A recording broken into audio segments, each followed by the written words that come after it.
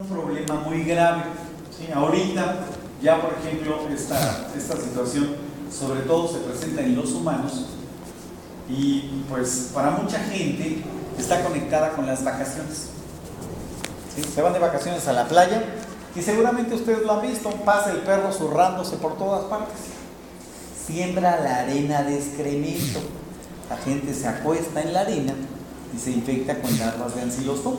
Entonces mucha gente que regresa de vacaciones regresa con este tipo de lesiones como recuerdito parasitario de la zona que visitaron.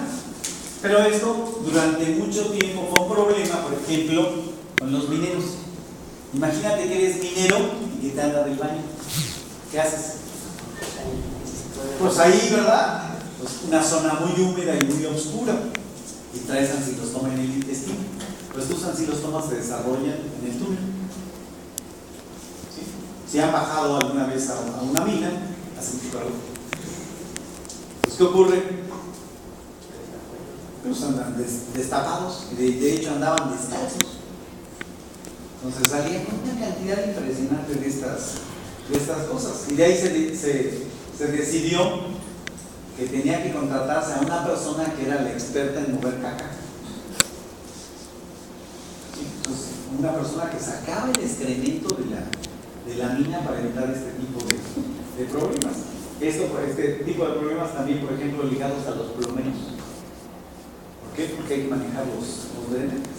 Entonces, la gente se infecta y es aquí como, creo que ya a estas alturas, por ejemplo, después de que llevaron las anatomías, su nariz se adaptó perfectamente a los olores. Después de hacer una necropsia, que espero que hayan hecho alguna necropsia, es toda una experiencia para la nariz.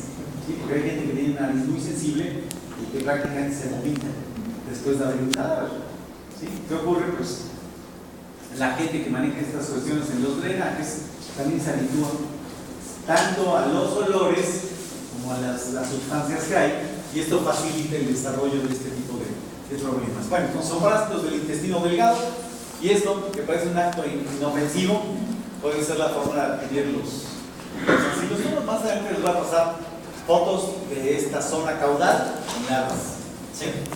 Bueno, entonces es un problema mundial y de hecho es un problema de salud pública muy importante. O sea, tan importante como para que la Organización Mundial de la Salud, pensando en el problema de ancilostomiasis humana, tenga establecido el proyecto para desarrollar la vacuna contra ancilostoma. ¿Cómo harías una vacuna contra ancilostoma, canija? Contra los ancilostoma. Tú, canija, no te hagas. ¿Cómo harías una vacuna? Porque ha habido cosas muy aventuradas para hacer vacunas. O sea, la mayor parte de los casos, y esto lo ven ustedes con los de bacteriología, que hacen, pues agarran un trozo un poco de cultivo, lo inactivan y lo muelen, y eso lo inyectan. Y así hacían las cosas más primitivas. Así hicieron la vacuna contra la rabia. ¿Sí? Así hicieron algunas vacunas, no sé, para la tuberculosis y todo muy primitivo. ¿Qué se hace ahora? Pues ya son vacunas recombinantes. Entonces ya usan proteínas específicas, epítopos de la proteína, que son los responsables de que se monte la respuesta inmune. Eso es lo que están planeando con ancilostoma. ¿Sí? Ahorita vamos a ver cómo le están haciendo. ¿Qué pasa con la ancilostomiasis? Pues la ancilostomiasis es una enfermedad muy frecuente. Es una enfermedad que sí afecta gravemente a los animales y que se caracteriza por provocar una enteritis muy muy importante, en la que el común denominador es la pérdida de sangre. Entonces, en el caso de la ancilostomiasis, justo ahora el sábado que estuve con muchos de los exalumnos, es una de las broncas que hay con los perros. El perro llega muy mal y viene con diarrea hemorrágica. La sangre está bien fresquecita y las heces muy líquidas. Tiene algo de fiebre, está muy triste y no come. ¿Qué piensas? Inmediatamente, le haces la prueba para parvo, para moquillo, para corona, todo. ¿Sí? Cuando lo sencillo es, hazle compra. ¿Sí? ¿Por qué? Porque puedes simular muy fácilmente una enfermedad de este tipo. Entonces, invirtiendo 10 minutos se ahorran una gran cantidad. No fue, bueno, ya se van sobre los otros tipos de alteraciones. Y aquí me ha tocado a veterinarios que vienen, o sea, se les murió el perro, ¿sí? Y se tarda hasta el dueño para demostrarle cómo están las lesiones de gastroenteritis hemorrágica generada por el parvovirus en su perro. Abre el perro, 400 centímetros. ¿Sabes qué pasó? Pues hasta para que lo demanden al desgraciado por ser tan tonto y no hacer un miserable otro parasitoscópico. ¿Sí? Entonces, esto es muy importante. Algo también aquí importante es, le pega a perros de todas las edades. O sea, en este caso, sí es cierto, puede haber mecanismos de respuesta inmune que restrinjan esto a perros jóvenes, pero la realidad es que esto puede seguir reinfectando sin mayor problema. Se los digo, más, si quieren visitar nuestra zona de los ancilostomas, tenemos animales que ahorita llevan como un año infectados con gusanos. Y si se quitan los gusanos, se los volvemos a dar y los gusanos se implantan sin mayor problema. Entonces, esto tiene que ver mucho con la cuestión inmunológica de los animales. Entonces, sí, perros jóvenes pueden ser más susceptibles, pero también se puede presentar en perros adultos y puede persistir en los perros adultos. Podemos hablar de algo de premortalidad. Sí. ¿Cómo quedamos que era la cuestión de la premortalidad en la diagnosis gastroenteritis?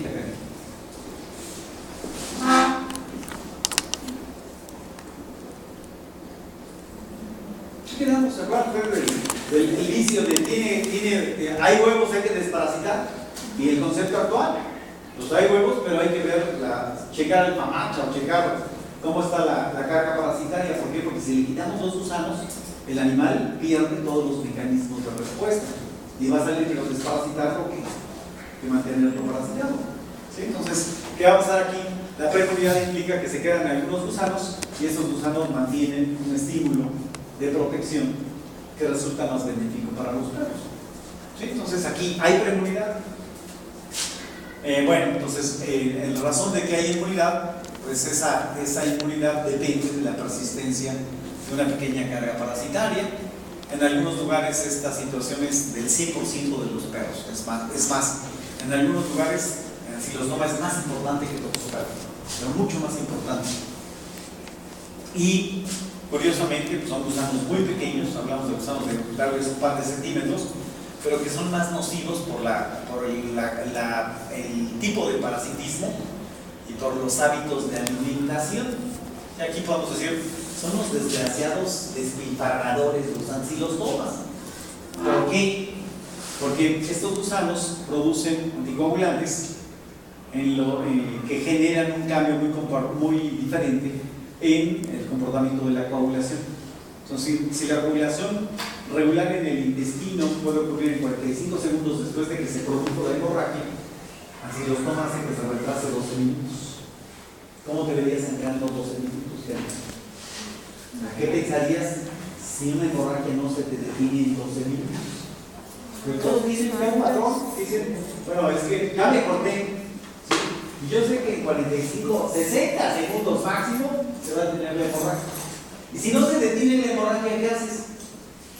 Dices, León, voy a comprimir, me dijeron que si la comprimo, se puede detener, hago que se forme el tapón de fibrina y se detiene. Y si no, que sigue sangrando tantito, seguro, aplastar, ya quedó resuelto el asunto. Podemos hacer eso en el intestino, ¿no? Entonces lo que pasa aquí es, los gusanos muerden, están cambiando continuamente de lugar y la sangre se va perdiendo con la parte intestinal. Entonces así, despilfarro absoluto, ¿sí? Pero la cuestión aquí, muy importante, es sencilla. Los gusanos se nutren de sangre. Entonces, ¿cuánta sangre necesitan? Toda la necesaria para poderse reproducir intensivamente. Tanto los machos hacen mucho esfuerzo, es de envidiarse.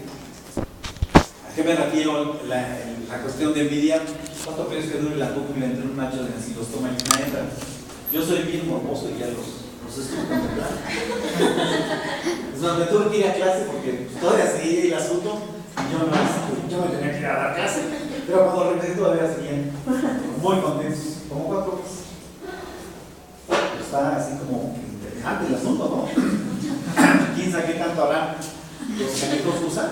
Bueno, la cuestión aquí entonces es, son organismos muy prolíficos, necesitan consumir una gran cantidad de sangre y por eso tiene un efecto tan importante. Ya platiqué esto de los perros, o sea, seguimos con perros con dueño, perros callejeros, perros de propietarios compartidos, la misma situación. Y el efecto, pues sobre todo es un problema de anemia, ¿sí? Pero obvio, si el intestino delgado está siendo mordido continuamente, esto va a afectar la cuestión nutricional y pues infestaciones masivas causan muertes. Entonces, ¿quién es el asociado común de ancilostoma? El más común es toxocara. Los trabajan en el mismo lugar. Uno se traga la comida y otro se traga la sangre. Y de hecho, junto con él puede estar difilidium. ¿Qué hace difilidium? Es un quimófano. Puede haber unas llaves, unas isosporas, ¿sí?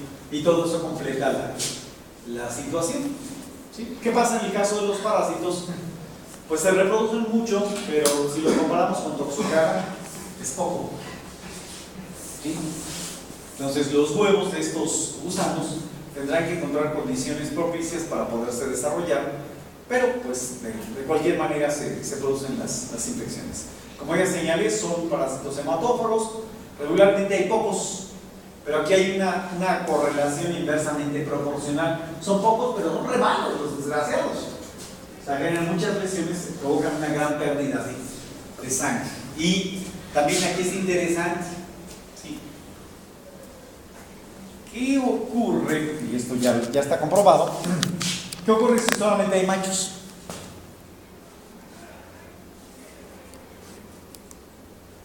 ¿Qué creen que pasa? Pues ni tienen chance de pelearse, cada quien está en su rollo.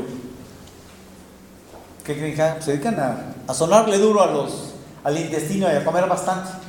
Pero ¿qué pasa si les llegan algunas hembritas ahí para amenizar el lugar? Pues ya se dedican a otras cosas propias de adultos también. ¿Sí? Entonces es curioso. Cuando se encuentra una densidad muy alta de machos, el deterioro del intestino es muy importante. ¿Sí? Cuando se equilibran las poblaciones, los efectos van a reducirse. ¿Sí? Hay hipobiosis, ya señalamos que la hipobiosis, no voy a profundizar en eso, y también hay dormancia. ¿Sí? ¿Qué es dormancia? Lo que pasa en toxocara. ¿Dónde ocurre la hipobiosis? En el intestino. ¿Sí? Todo esto tiene efectos que ya vimos. ¿Y qué es la dormancia? Larvas enquistadas, también en músculo y en cerebro. Entonces, eso es interesante, ¿por qué? Porque en la misma perra puede haber larvas de toxocara y larvas de ancilostoma. Y ya la cosa es más complicada. ¿Sí? Entonces es interesante porque hay un balance en cuanto se conoce de estas cosas, a un punto tal de que, por ejemplo, con ancilostoma duodenale ya tienen hasta el genoma del ancilostoma. Mientras en ancilostoma caninum casi no hay nada de información. O sea, ¿qué es lo afortunado? Pues todo lo que se avanza con ancilostoma duodenale lo pueden avanzar rápidamente con caninum. Y al mismo tiempo que se produzca la vacuna para la ancilostomiasis de los humanos, que aquí les puedo decir, hay 1.000 millones de personas infectadas con ancilostoma en este planeta. Sí, obvio, la mayor parte de nosotros jamás ha estado en un ambiente de ancilostomiasis humana. ¿Por qué? Son condiciones rurales, son condiciones con determinadas características. Es lo que está motivando a que se haga la vacuna. Así que si logran hacer la vacuna para los humanos, rápidamente va a haber vacuna para ancilostoma. ¿Sí? Bueno, aquí hay algunos detalles de frecuencia, lugares en donde hasta el 100%, el 88%, el 85%, el 92%, y esto pues es una frecuencia. Y la situación es, ¿qué criterio utilizamos para desparasitar contra ancilostoma? A ver, ¿qué les dijeron en farmacología, por ejemplo? Nada, seguramente. No me acuerdo. ¿Tú, Canija, qué dices? No me acuerdo. ¿No hablaron de eso? Pues está de la fregada. Entonces, ¿quiénes ya llevan farmacología o están llevando farmacología? Levanten su manita. ¿Qué les dijeron? No les dijeron. Entonces, si no les enseñan en farmacia, no van a aprender. A lo mejor en clínica alguien se conmisera y les dice, ¿qué demonios? La realidad es que no se tiene un conocimiento de cómo manejar esta cosa, porque eso va a variar de acuerdo a cada región. Hace un rato se los decía, si nos vamos a trópico húmedo, los ancilostomas están a la orden del día, es una amenaza diaria. Si estamos en un ambiente templado como este, la situación puede ser muchísimo más laxa, pero aún así, les decía yo, hay lugares donde hay 100%, de hecho por aquí está el distrito, 88% de presentación. ¿Sí? Entonces, esto se puede disparar en muchos otros lugares. ¿Sí? Entonces, ¿qué formas de transmisión hay para la ancilostomiasis? Pues si ustedes se fijan, se parece bastante a la de Toxocara. ¿Cuál es la única que varía? La transcutánea. ¿Sí? Las larvas que entran directamente a través de la piel. ¿Sí? Pues se pueden ingerir, pueden pasar por la placenta, pueden pasar por medio de la leche. ¿Sí? Entonces, ¿qué hace esto? Pues esto hace que sea muy común el problema de la ancilostomiasis. Y regresamos incluso con la misma diapositiva. ¿Sí? Que tenemos una cacota depositada en un parque público. ¿Sí? ¿Qué va a pasar con esta? Si el ambiente es húmedo y templado, es suficiente para que se desarrollen las fases larvarias. Y es muy curiosa esta cuestión. De hecho, hace 2 semanas, imagínense, casi tenemos el Hotel Marriott para larvas de ancilostoma. ¿Cuál es el Hotel Marriott? Pues una estufa de cultivo con temperatura y humedad controlada para que crezcan las larvas. Pues no crecen las larvas. ¿Qué necesitan? Ambiente natural. ¿Sí? Entonces en el suelo se desarrollan sin mayor problema, y aquí por 2 o 3 detalles, pues sencillamente no se desarrollan las larvas. ¿Y con esta temperatura de frío? Con esta temperatura se congelan. De hecho, eso es muy interesante. Ustedes sacan, si alguien quiere darse una vuelta allá, saca uno las cajas Petri y las larvas, auténtico así, como están encueraditas, se paralizan y parece que están muertas. De hecho, si se quedan mucho tiempo, sí se mueren.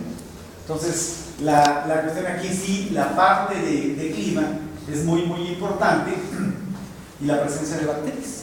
Entonces les digo, es el Marriott, porque hasta les servimos buffet de bacterias. Les hacemos su suspensión de bacterias para que coman las larvas en el momento que deben de comer. ¿Sí? Entonces, los suelos ácidos, los suelos ricos en nutrientes, son los que resultan favorables para el desarrollo de estas larvas. Y pues están todos los factores, incluso de la luz. Fase infectante, larva 3 activa. ¿Sí? Esta larva 3 activa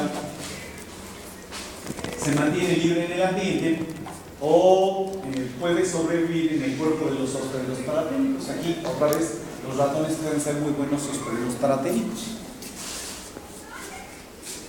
Desarrollan hipobiosis. De hecho, ¿qué dijimos que era el factor que desencadenaba el desarrollo de la hipobiosis? Exposición a bajas temperaturas. ¿Sí? Esta situación puede ocurrir también en el caso de los perros. Y como señalamos hace un rato, las larvas pueden ingresar por piel, o pueden ingresar por vía oral, o pueden ingresar a través de placenta. ¿Sí? Y regresamos a nuestro esquema. Exactamente lo mismo que vimos para los nematodos gastroentéricos. ¿Se acuerdan de esta diapositiva? Le cambiamos aquí la gotita. Entonces, ¿qué hacen estas larvas? Tienen todos los tropismos que describimos en algún momento, y esto las hace llegar a la superficie de las plantas para la infección transcutánea. Entonces, esto se repite en este caso. Y un breve comentario relacionado con la ancilostomiasis humana. Se ha estado encontrando ya casos de ancilostomiasis humana producida por la Ancylostoma caninum. Esto nos lleva a considerar la ancilostomiasis de los perros como una cicloantroposonosis. ¿Sí? ¿Qué es lo que está pasando? Algo está cambiando. No hace mucho tiempo que se está detectando este tipo de situaciones. La ancilostomiasis se detecta en ambientes rurales, en donde coincide el fecalismo de los perros con el fecalismo de los humanos. ¿Sí? Entonces, medios rurales es lo importante. Tiende a ser una enfermedad de tipo crónico, ¿sí? Y el efecto de esta enfermedad crónica es generar anemia. ¿Sí? Entonces hay muchas, pero muchísimas enfermedades que provocan anemia. Si nosotros mezclamos, esto es bien interesante, o sea, los animales que tenemos aquí infectados tienen una carga fuerte de ancilostomas, pero la única diferencia aquí es les damos de comer. Comen bien, comen abundante. ¿Qué pasa con la gente que tiene lombrices, ancilostomas particularmente, y no come? ¿No bien? Tiene un concepto erróneo de alimentarse. Pues simple. Sacamos en ese momento 500 pesos y decimos, vete a comer. ¿Cuál es tu concepto de comer? Lo que te queda en la mano. De hecho, en esta época de la vida, bueno, en mi época también ocurre esa cuestión. O sea, necesito comer, ¿qué como? Lo que me encuentro en el camino. Y se desarrolla una disciplina de comer bastante mutante. ¿Qué comemos?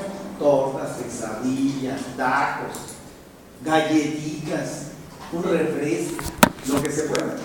¿Sí? ¿Esto nutre? Pues no, es así como echarle leña a una caldera para que siga funcionando.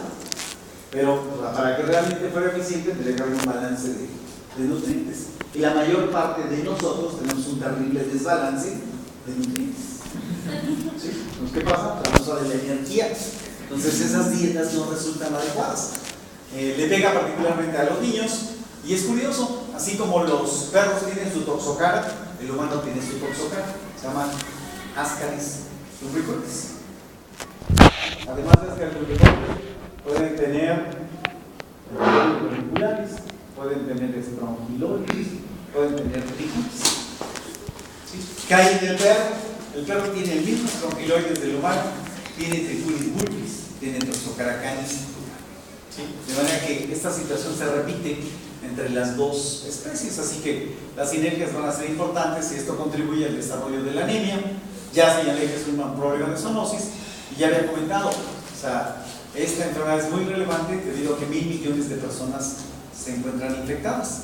¿Cuál va a ser el resultado de tener anemia, canijo? Ya nos vamos a ver. ¿Cuál va a ser el resultado de tener anemia? ¿Qué le pasa a un niño que esté anémico? Pues toda su vida es anémica. ¿Sí? O sea, si el problema es la anemia, sus esfuerzos van a ser lo más elemental para sobrevivir. ¿Y por qué? Tiene limitaciones. Y de hecho, en las zonas donde hay ancilostomiasis, regularmente hay paludismo, por ejemplo. ¿Qué hace el paludismo? Genera más anemia. Entonces, esta situación está conectada con su desarrollo. ¿Y por qué? Pues ¿qué es lo que hace una persona que tenga una anemia severa? Hace lo más elemental para vivir, que es pues, trabajar para comer, para medio mantenerse, ninguna otra cosa. A menos que les lleguen las malas ideas y se metan en los negocios fáciles de vida corta. Bueno, ya. Entonces ya, hasta aquí nos vamos. Bueno, miren esto. Este se sentó donde no debía. ¿Sí? Y tiene síndrome de larva migrans cutánea. Aquí, exposición de los senos a esta misma situación. ¿Sí? Entonces mañana seguimos con esto.